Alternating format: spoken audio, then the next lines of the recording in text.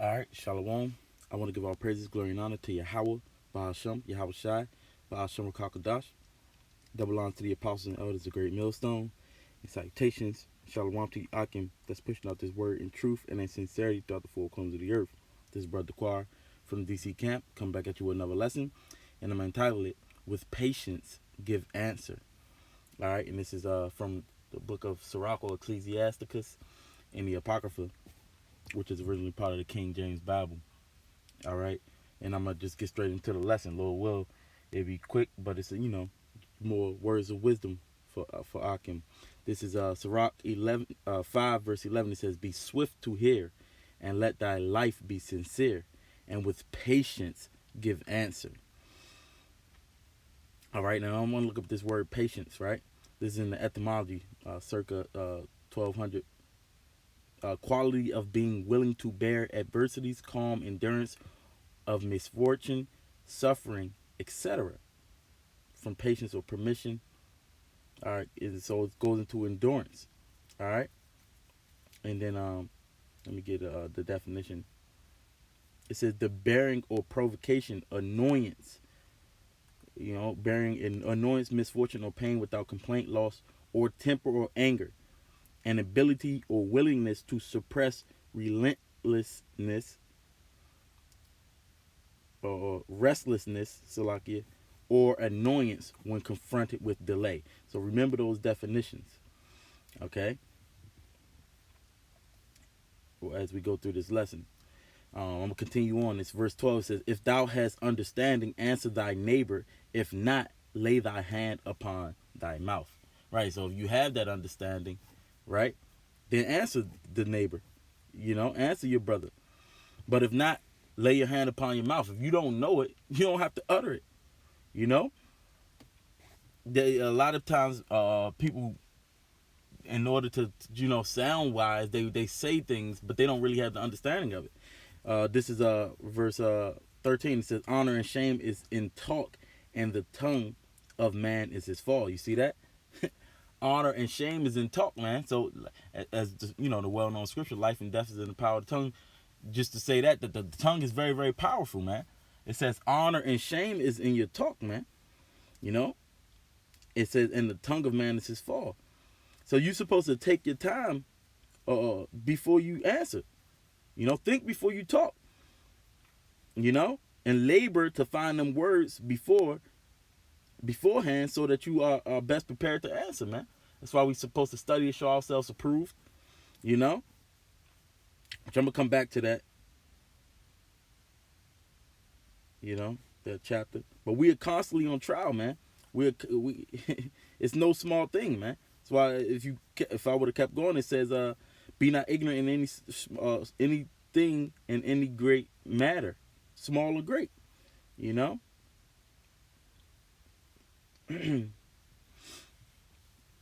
me jump to wait. I had something. This is Ecclesiastes 5 verse 2. It says, "Be not rash with thy mouth, and let not thine heart be hasty to utter anything before the Most High, for the Most High is in heaven, and thou upon earth. Therefore let thy words be few." Let thy words be few. You don't have to utter everything, man. As a matter of fact, this is Proverbs 29 verse 11. It says, "A fool uttereth all his mind, but a wise man keepeth it until afterwards." As believers, man, we believers in this truth, and we studying and laboring in this word, we are put in a position of to influence those around us, man. And the power of our words can either build up someone or tear them down. And matter of fact, let me get that. It's a time and a place to speak, but you're supposed to. How do you discern to know when it is, man? What? No, not Proverbs. Salakia, Ecclesiastes.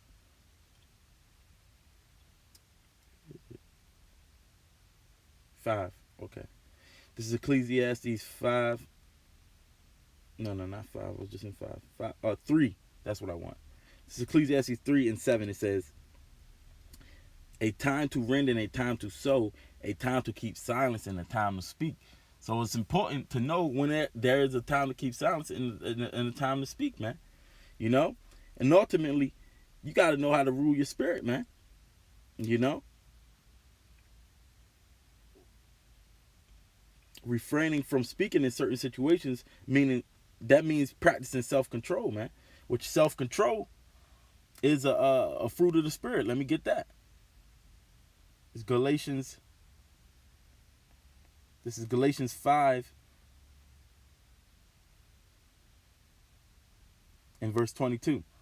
It says, but the fruit of the spirit is love, joy, peace, long suffering, gentleness, goodness, faith, meekness, temperance. Against such there is no law. You know? So that's a discipline that is blessed, man. You know? We are to seek controlling our tongue, for, you know, when we control it, that's ultimately walking by the Spirit, man. You know? Okay, so let me get back to what I had lined up. This is James 1 verse 19. It says, wherefore, my beloved brethren, let every man be swift to hear, slow to speak, slow to wrath. See how that goes hand in hand, that wrath and speaking, you know? Ultimately, when you slow to speak, your ears is working more, man. You know? So let me keep going. I got a few written out. This is Ecclesiastes 4 and verse 8. It says, let it not grieve thee to bow down thine ear to the poor and give him a friendly answer with meekness. Now, that's why I said, let it not grieve thee, because sometimes people get annoyed. I was talking to a brother today, he was like, you know, man, some brothers get annoyed, but that's so what? That's it's a brother, you know, and that's our job, is to love one another as we would love ourselves, man. So you don't let it grieve thee to bow down your ear to the poor and give them a friendly answer with meekness, man. You know? So that's a part of the patience too. You know, when they said, and with patience give answer. So don't let it grieve you. You know? And another thing, which I'm going to come back to the 4th chapter. It's, is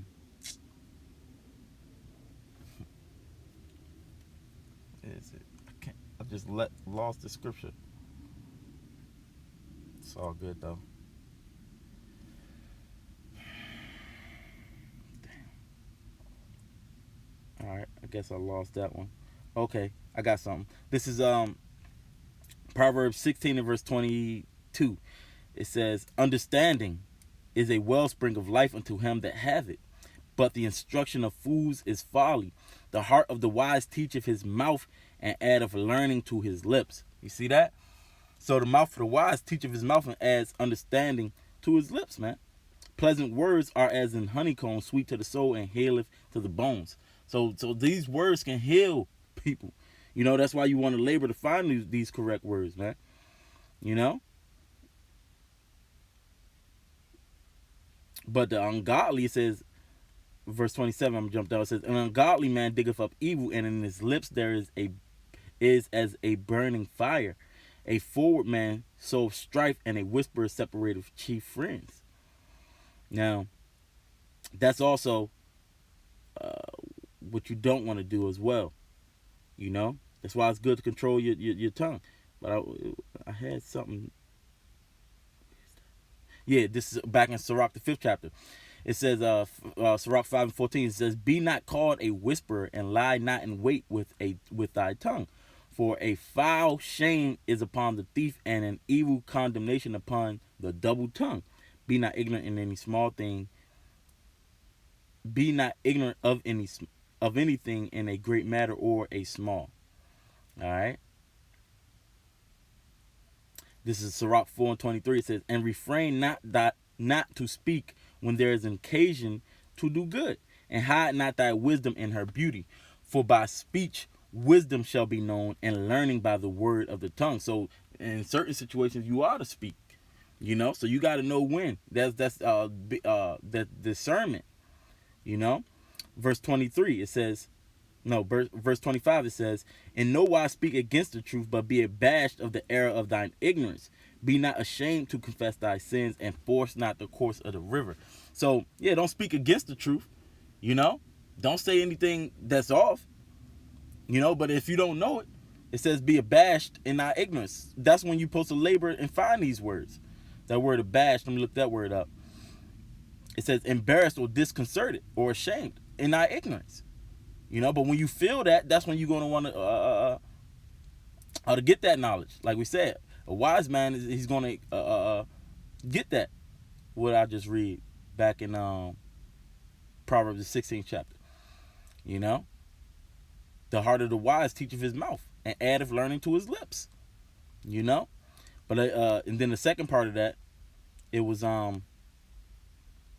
it said, for by speech wisdom shall be known, and learning. No. So like, this is 26. Sirach 4:26. It says, be not ashamed to confess thy sins, and force not the course of the river. So yeah, don't force the course of the river, man. You know, if you don't know it, don't utter it. You know? Don't try to force things, man. Let me get this.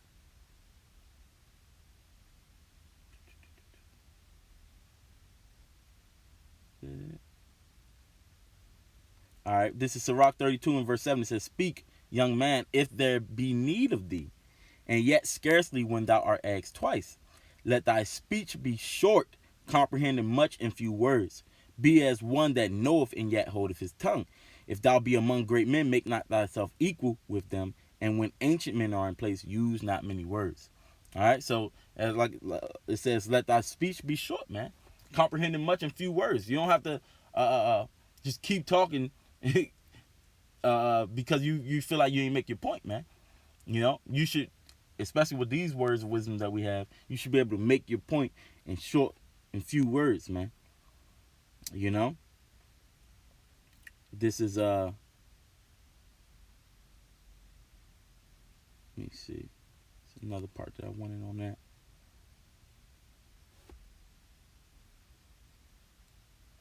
This is Proverbs 10 in verse matter of fact, no, this is Proverbs 17 verse 27. It says, he that hath knowledge spareth his words, and a man of understanding is of an excellent spirit. Even a fool, when he holdeth his peace, is counted wise, and he that shutteth his lips is esteemed a man of understanding. So refraining from speaking in certain situations, it means that you practicing self-control as well. You know? But it says, he that have knowledge spareth his words. You see? And you accounted wise for that. Proverbs 10 and 19, it says, in the multitude of words there wanteth not sin, but he that refraineth his lips is wise. So silence can also help you avoid sinning, man. Meaning saying something against this truth. Okay? It's a lot. This is 1 Peter 3 verse 10. It says, for he that will love life and see good days, let him refrain his tongue from evil, and his lips that they speak no guile. Yeah, we want to be found with no guile in our mouth, man. You know, that's why you want to labor to get these the correct words. I put that twice. This is Proverbs 29 verse 20. It says, seest thou a man that is hasty in his words? There is more hope of a fool than him. You know, that's what I mean by being slow to speak. Don't be so hasty, ruling your spirit. You know? Gotta get something in me. Alright. But I had a little bit more, but it kind of goes into a different, subject. So yeah. I'm gonna leave it at that. Lord willing, that was edifying. Until next lesson, I want to give all praise, glory, and honor to Yahweh Ba'Shem, Yahweh Shah Ba'Shem HaKadosh. I want to say Shalom.